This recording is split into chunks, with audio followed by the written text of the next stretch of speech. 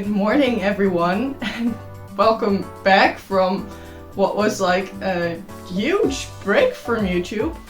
Over the past few years, I have mentioned that I was doing a bachelor, and I do have a surprise. Ta-da! I finally got it. So this is, I'll open it, 1 second. So this is my bachelor's degree in education.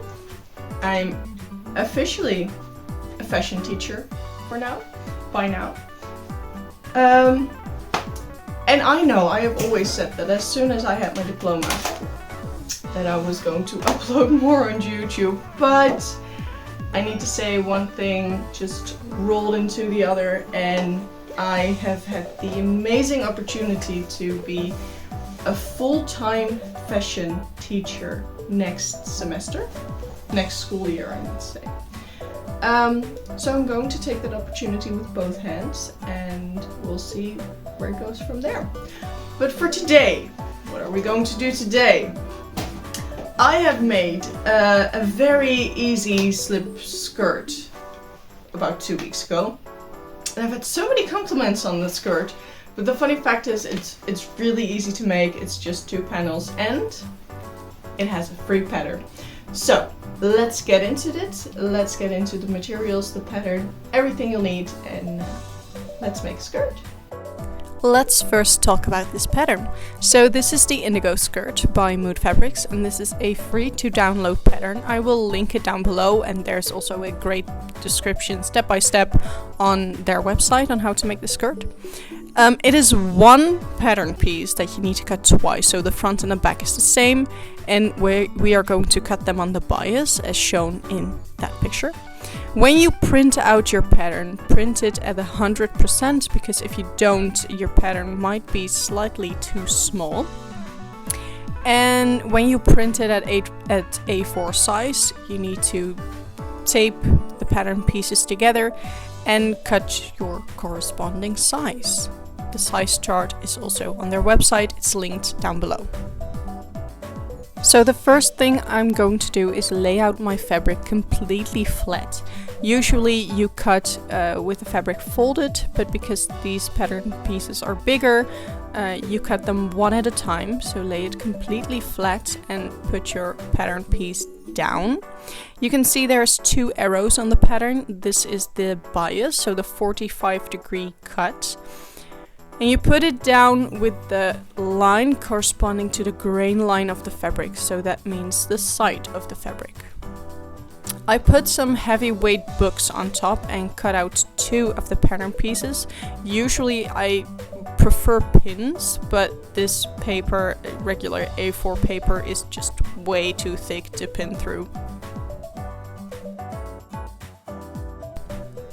After you cut your pattern pieces out, it's time to sew the side seams. And there are a few options on sewing these side seams. The easiest level is just using a regular flat seam by putting the pieces wrong sides together and sewing at, I think it's 1/2 inch seam allowance. You can see the picture here, just put the side seams together and sew the seam allowance. The second option, and this is the option that I am going to do, is a a French seam. And a French seam is basically a seam encased in another seam. So the first thing we are going to do is put the wrong sides together. You can see here in the picture, wrong sides together, and then we're going to sew it, trim it, flip it inside out, and sew it again. So that was the second line. And that's what we are going to do right here. Oh, I'm also using the finest pins from Preem. Those are by far my most favorite pins. You can use them on any fabric and they will not leave a mark. So I'm sewing at a seam allowance of 1 centimeter here. And after that, I am trimming the seam allowance down to about 3 millimeters, so very close to the edge.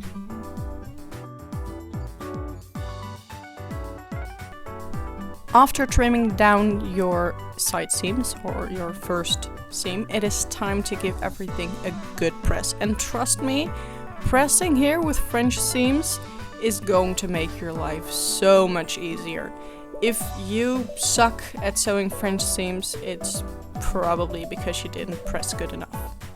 So after I press the seams to the side, I'm going to fold my skirt inside out.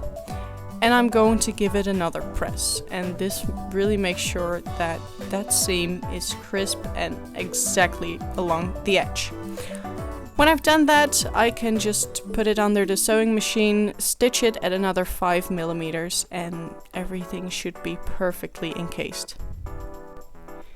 Give your side seam, which is now finished, another good press, because you know the difference between a homemade garment and a good homemade garment is the iron.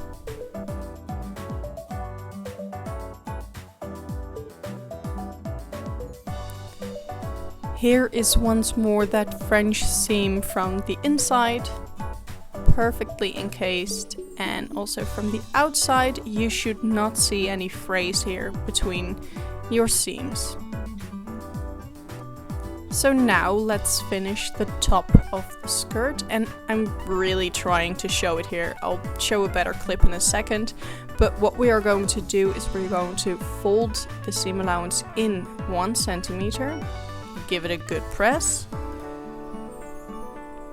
and then fold it in another 3 centimeters, or the width of your elastic plus about half a centimeter. So my elastic is 3 centimeters, so I folded it 1 centimeter first, and then 3 and a bit again, 3 and a bit centimeters. After that is pinned and pressed down, we are going to stitch it very close to the edge, but leave about 10 centimeters of a gap, and this is so that we can put the elastic through.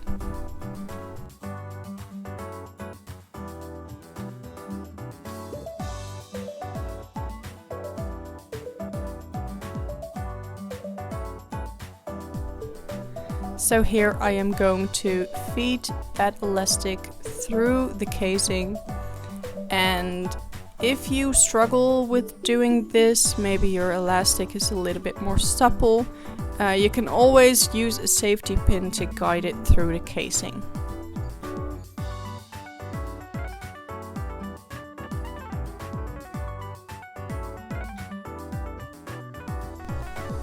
When your elastic is completely through and you have both ends sticking out of that gap, we are going to stitch it down, and I'm going to do this with a cross in a box stitch. I don't know what the technical name is, but I'll show you here on the screen. So you're going to sew a box and then a cross inside of it. And this is one of the most secure stitches that you can do to finish elastic.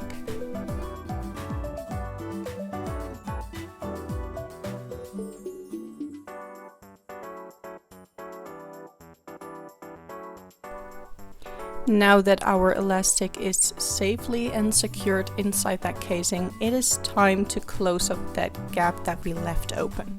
So here I'm just doing a close stitch along the edge. Okay, just a short check-in. I just finished closing up the last bit of the waistband. And I don't know why, but it's stretched. I mean, the elastic is ending right here and the stitch is over there.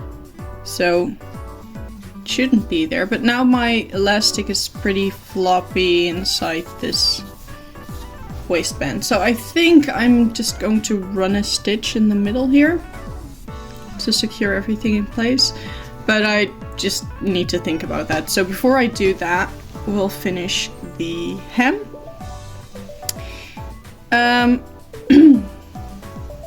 And what I will be doing is folding it over 1 centimeter, sewing really close to that edge, cutting off the excess, folding it again, and sewing over that again. And then we should be finished. So let's go do that. So as I just mentioned, we are going to finish the hem by doing a double fold. First I fold in the fabric 1 centimeter and I stitch really close to the edge. There are several other ways to finish a hem, but this is one of my favorite ways.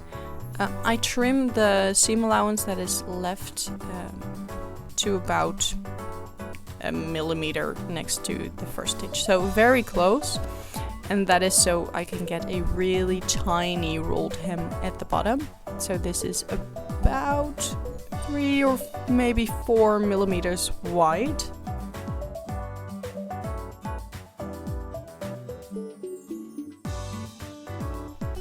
And after we finish this hem, the skirt is done, basically. So if you want to add like a lace trim, this is the point to do it, but for me, this is where I'm going to stop, so let's look at the end result.